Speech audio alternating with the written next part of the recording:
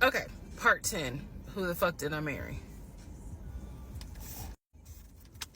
Okay, had to sneeze. All right, so at this point, I had test driven all these cars. Kias, hell, he even had me test drive a Nissan Murano, but the main two were BMW and an Audi. He had told my grandfather he was getting me a car. He had told my aunt he was getting me a car. That he was going to, he was like, she's going to be my wife. I want her to be in something secure. So my family was really like, wow, wow, who knew that he had this kind of money? And so I hated the fact that he did that, because anytime he got around my family, here's another red flag to put in the United Nations of red flags. He would always talk about money, and he would always brag. I never realized it in real time. I didn't realize it until I was out of the situation. He always bragged about the fact that he could fight, the fact that he had money, and the fact that he played football. Those are the three things he always bragged about. Back to the cars. So I told him, I was like, pick one between the BMW and the Audi, because you said you buying it. So pick one. So this man chose the Audi. So he takes me to the dealership. I wanted a white Q8. He does give me the printout of how much it's going to cost, tax, tag, and title, to get this Q8. Gentleman who's helping us gives him the printout. He's saying he's going to pay this money for the car out of the savings account that's offshore. That's the story. That's what he's saying. So he apparently is asking the guy, is there a holding fee? Can I pay a holding fee to secure this car while I'm working to get the money transferred? Because obviously with COVID, it's going to take long for the banks to transfer the money. Side note, I need everyone to understand, one of the reasons why he was able to get away with the stuff he got away with is because we were on lockdown. It's crazy because it's now 2024, but I don't know, do we all remember how it seemed like a lot of stuff stopped in 2020? Now, keep in mind, that's not an excuse I'm making, because shit still got done. But in terms of business as usual just was not happening in 2020 at this time. So when he's saying, it's going to take a while for the bank to transfer the money, the gentleman who was working at Audi he didn't make a face. He didn't blink. He was like, I know it's going to take a while because of COVID. So basically what ends up happening is we leave. He has the printout.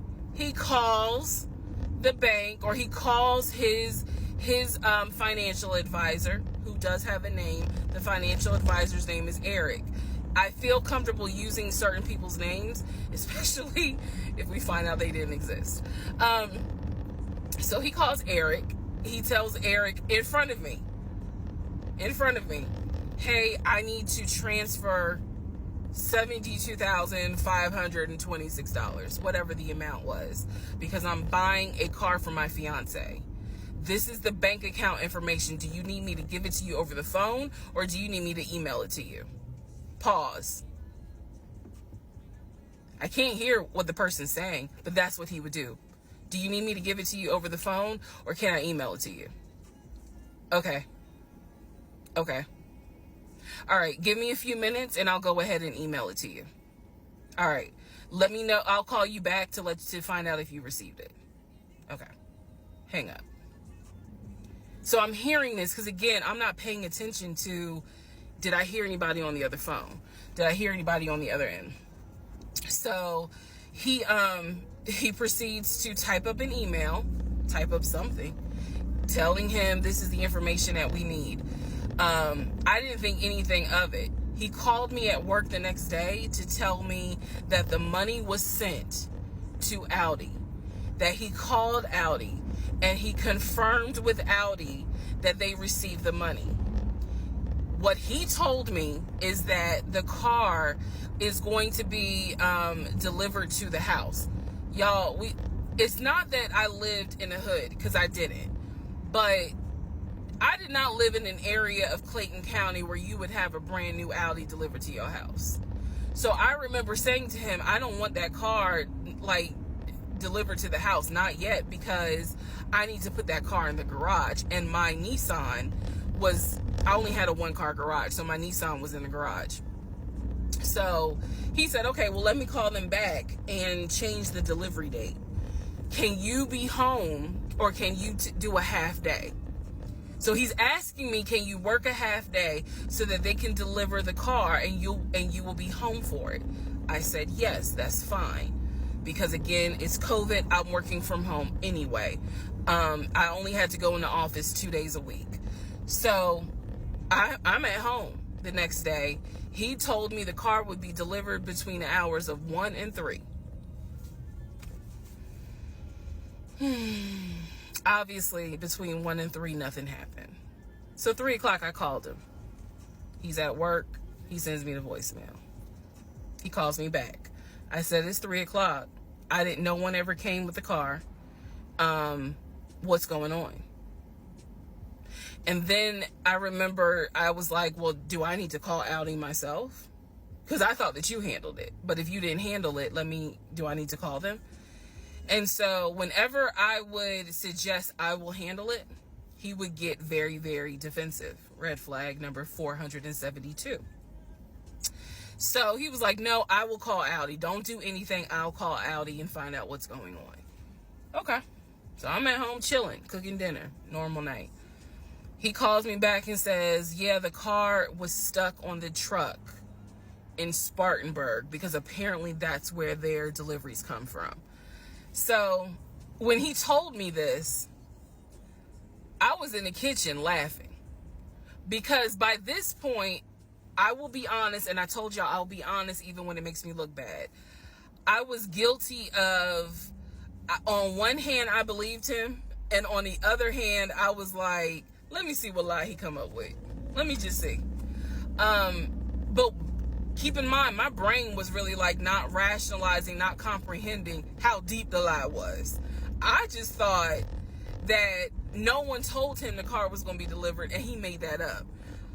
I had no idea how deep the lie went. So he said, the car's in Spartanburg. It should be delivered this weekend. The weekend came, he had a whole other excuse. I don't remember what the exact excuse was as to why the car was never delivered. I do remember we got into an argument, and I was like, don't even worry about it. I'm going to get a new car my damn self. I don't even need your help. Which is probably one of the worst things you can tell a narcissist, because they love to be the hero. It's all about them. But I was like, don't even worry about it. I'll get when I have the money to get a car myself, I'll do it.